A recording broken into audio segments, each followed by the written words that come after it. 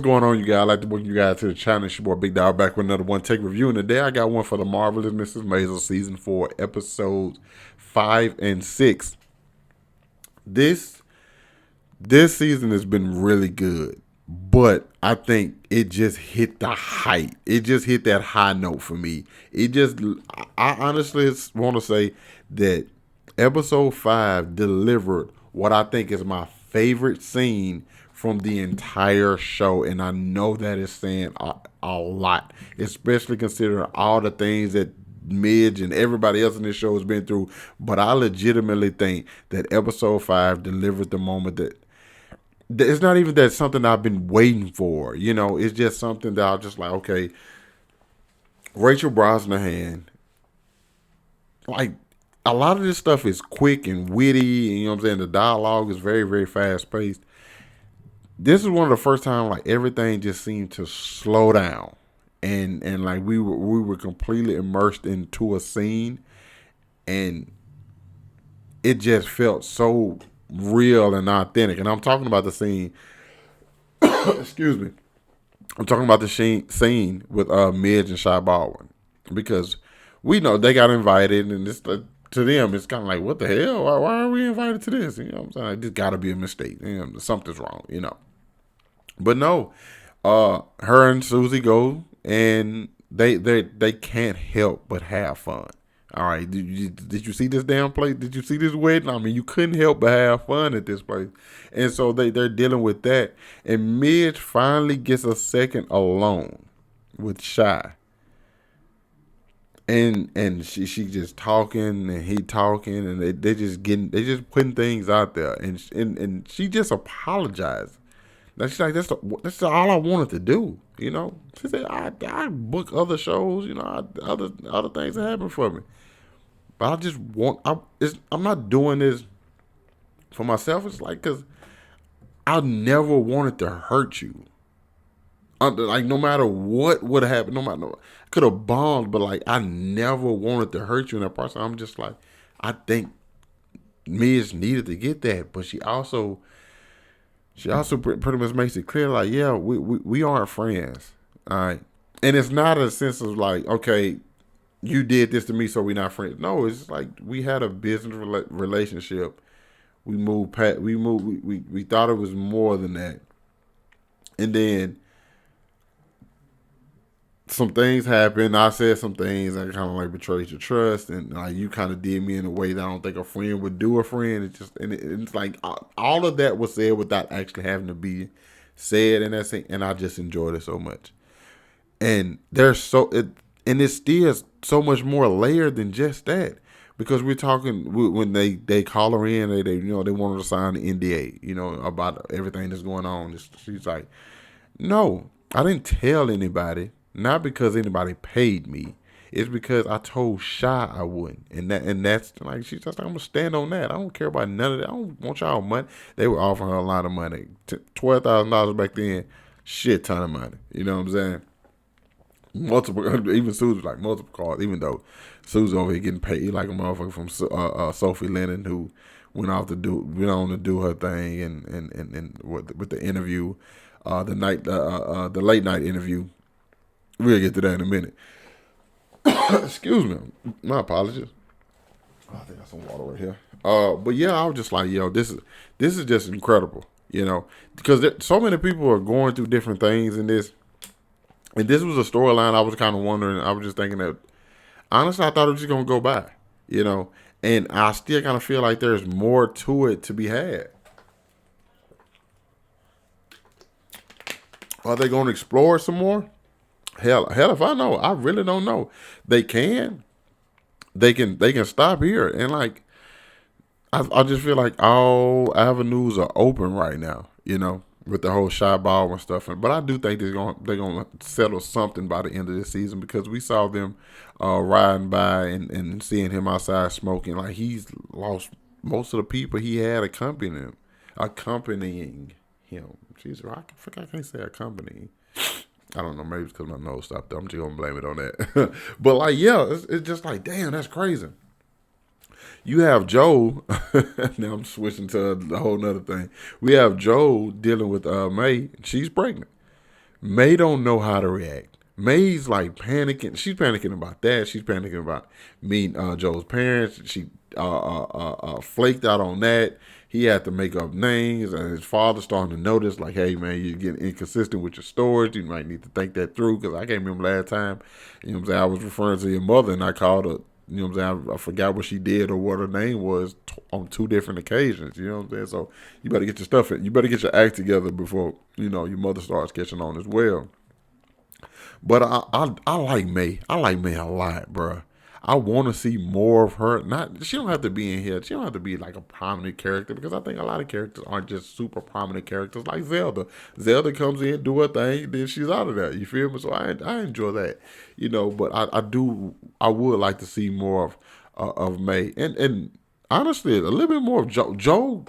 Joe pissed me off. I ain't gonna lie, I think for a while Joel had pissed me off, and I never wanted to see him and Midge back together again. But I think at this point, I think Joel is like earned some, you know, he's earned some brownie points. You feel me? So I like seeing him more. Abe is still beefing with his wife, who just took on a big name client, but she had she basically got contacted by the, what are we gonna call them? The matchmaker mafia. I mean, I think that's the best name, the matchmaker mafia, because they say, hey, these are our sections, and we have a certain way of doing this thing. Because the last time it was a war, and you don't want to know what happened in that war. I'm just like, wow, these women are like dead ass about their craft and what they're doing. Somebody moving into their territory. There was a part of me though that kind of wanted oh my god, what is her name? Rose. There was a part of me that wanted Rose to like just step up to them and just be like, you know, I'm gonna do what I do. You know what I'm saying? I'm gonna let my daughter does what she does, and and that's just what it is. But she has this, I don't want to say big contract, but like these people she's like helping are pretty wealthy. But then one of the things I feel like she messed up with big time is going back to Midge. Just like, hey, you're in a strip club, and like she pretty much wants Midge to stop doing what she's doing. And like Midge is really turning this strip club around. So Midge has to like deal with flack from her. She's also having to deal with flack from her boss, because I knew this was gonna happen. I think I talked about it in my last review. He wants the credit for everything, all the success that's going on. Not only that, more women are coming into this place. This place is making more money, being much more successful, but more women are coming in. And this was supposed to be a guy's spot where they just kick back. Now, don't get me wrong. Don't get me wrong. I get it in a sense. You feel me? But at the same time, I'm of the mindset that, okay, there's more women in here. So if they appreciate these women just like I am, or possibly even more, maybe they may want to holler at me after this. I know I'm not getting the women on stage. That's not what I'm looking for. I'm gonna get one of the women who just like enjoy the show like me. You know what I'm saying? Just chilling, just drinking and shit. You feel me? But I don't think people think like, especially not back then. They weren't thinking like that. Hell no. They just like, oh, these women in a spot, they don't know anything. I just want to see boobs. I just want to see boobs and ass, and now I gotta worry about women in here with their umbrellas and their drinks and shit. You know what I'm saying? That's kind of what they on right now. So, but just like the guy over it, just like, bro, we making money. Y'all need to shut the fuck up. Hey, either we gonna make money or some shit gonna change. It's probably not gonna benefit y'all in the least. You feel me? So, but I do think Midge. I think that Midge is eventually gonna take old dude's job. Not purposely though. You feel me? Because he's not a dunce or anything. It's just, I mean, Midge has been there, what, a couple months maybe? I don't know how time necessarily works, but she's been there a couple months, and she's getting shit going already. This place is looking much better than it's ever looked. You know what I'm saying? So I'm just like, maybe she does, you know, maybe he does need to, like, kick rocks a little bit. My girl Susie just got her an assistant, a secretary, I guess I would say. And she was like just going through all the Susie don't know how to, but Susie really just be the on the fly ass motherfucker. Like she just be like, okay, I do this. How? I okay. She just kind of go with it. Don't know. She don't know up from down. She just rolling, man. And I get it, man. She she saw an opportunity, went forward, and just learning on the way. So I do like that the fact that like she's just still learning certain things as she goes through this business. And one of the things she should have learned is to never fuck with Sophie Leonard.